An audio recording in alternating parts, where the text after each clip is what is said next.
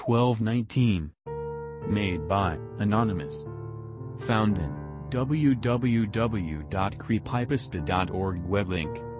I often like to view creepy things on the internet.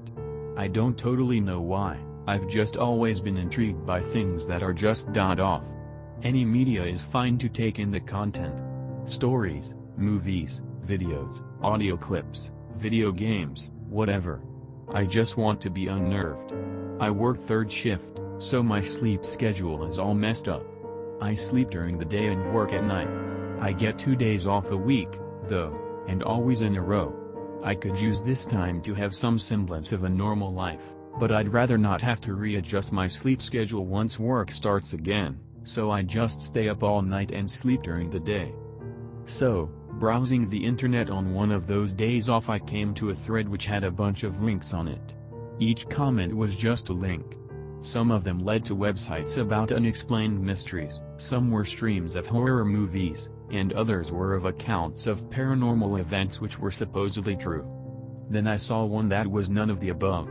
I don't remember what the link was, it was just random letters and numbers. It was nonsense. I clicked on it, and it took me to a single page with a single picture, and nothing to click on.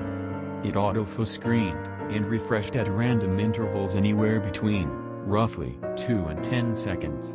There was text on the top of the picture which read, Sean IOUATXTDE/?X. Creepy. I liked this site already.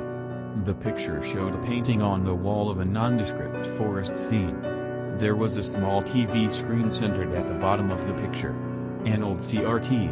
On top of the TV was an older-looking analog clock with a wood frame and fancy hands. The site continued to refresh, but the picture never changed.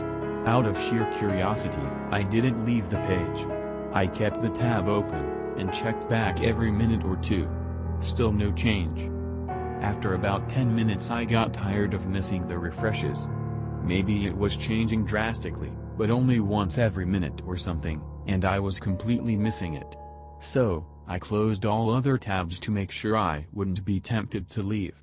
I was staring at that picture for what seemed to be an hour. I checked my phone. It had been 26 minutes. I guess time goes slowly when you're just staring at a still image online. I can't say what it was, or when it was, but at some point I noticed that it wasn't just a still image. Well, it was, but the image was changing. The clock, when I first pulled up the page, read something close to 4:15. Now it was showing 4:56. The clock had been changing the entire time. I watched it for a full minute, and somewhere among the refreshes I saw the minute hand change to 57. The time on the clock didn't reflect the real time. Still, though, this was dedication. Someone had to take a picture once per minute for an hour, or at least 45 minutes, and then have it change every minute. I kept watching it until it showed 5 o'clock. I expected it to shift back to 4 o'clock, but it just went to 5:01. That's even more impressive. Maybe it went for a full 12 hours. Someone needs a job. Anyway, now I was hooked. I had to see if it had the full range of times. Now that I knew I didn't have to intently stare at the picture anymore, I was able to shift my focus to the text. It definitely seemed strange.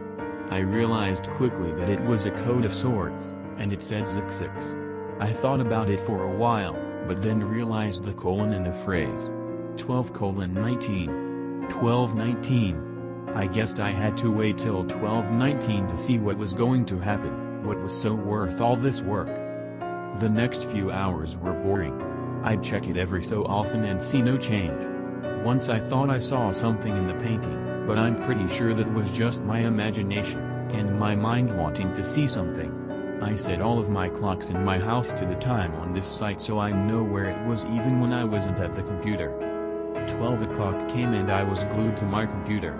No getting up. No other tabs. I was just staring intently, watching the hands on the clock refresh, minute after minute. 12:18. Refresh.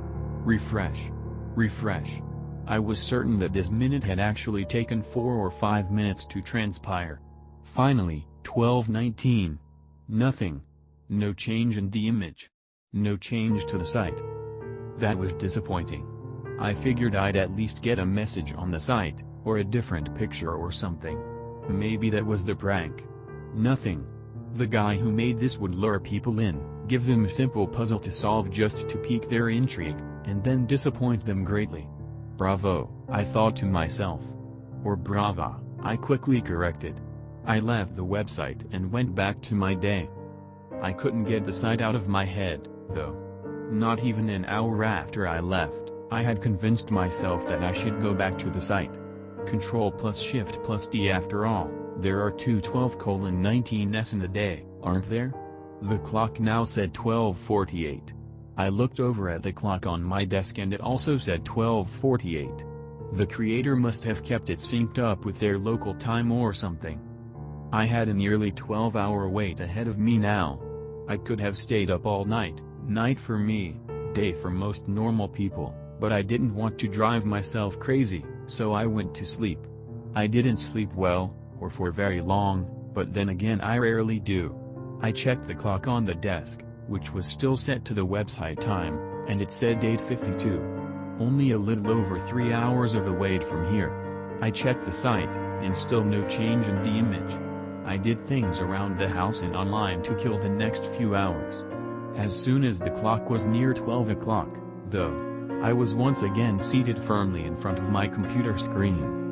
The next 18 minutes were agonizing. The last minute was even worse. The hands of the clock once again struck 12:19, and once again, nothing happened. I was distraught. I had invested a lot of time into this. The minute wasn't over, though, so I continued to watch. I then heard a click. Quiet, but still audible. After that, I noticed that the web page wasn't constantly refreshing anymore. The screen on the TV began to brighten. Finally, what I had waited for was happening. As the screen on the TV brightened, I began to be able to make out an image. It was small, because the TV screen on my monitor was only about 2 inches wide, but I could still clearly see that they were showing woods. Maybe it was the forest in the picture. The camera was bobbing up and down as grass and leaves passed by. It must have been someone filming themselves walking. The camera was kept pointed at the ground for the first minute or so, but then slowly started to point more horizontally. I could see that they were coming up on a yard. Some houses flashed quickly on the edges of the screen. There was some talking in another language, I couldn't say what the language was, and then clicks and clunks like they were dealing with equipment. The camera made larger movements than before. I realized, as the sounds went away, and the image stabilized dramatically, that they had been setting it up on a tripod. Once they got it set up, I heard a little more talking, and then the camera made one final turn.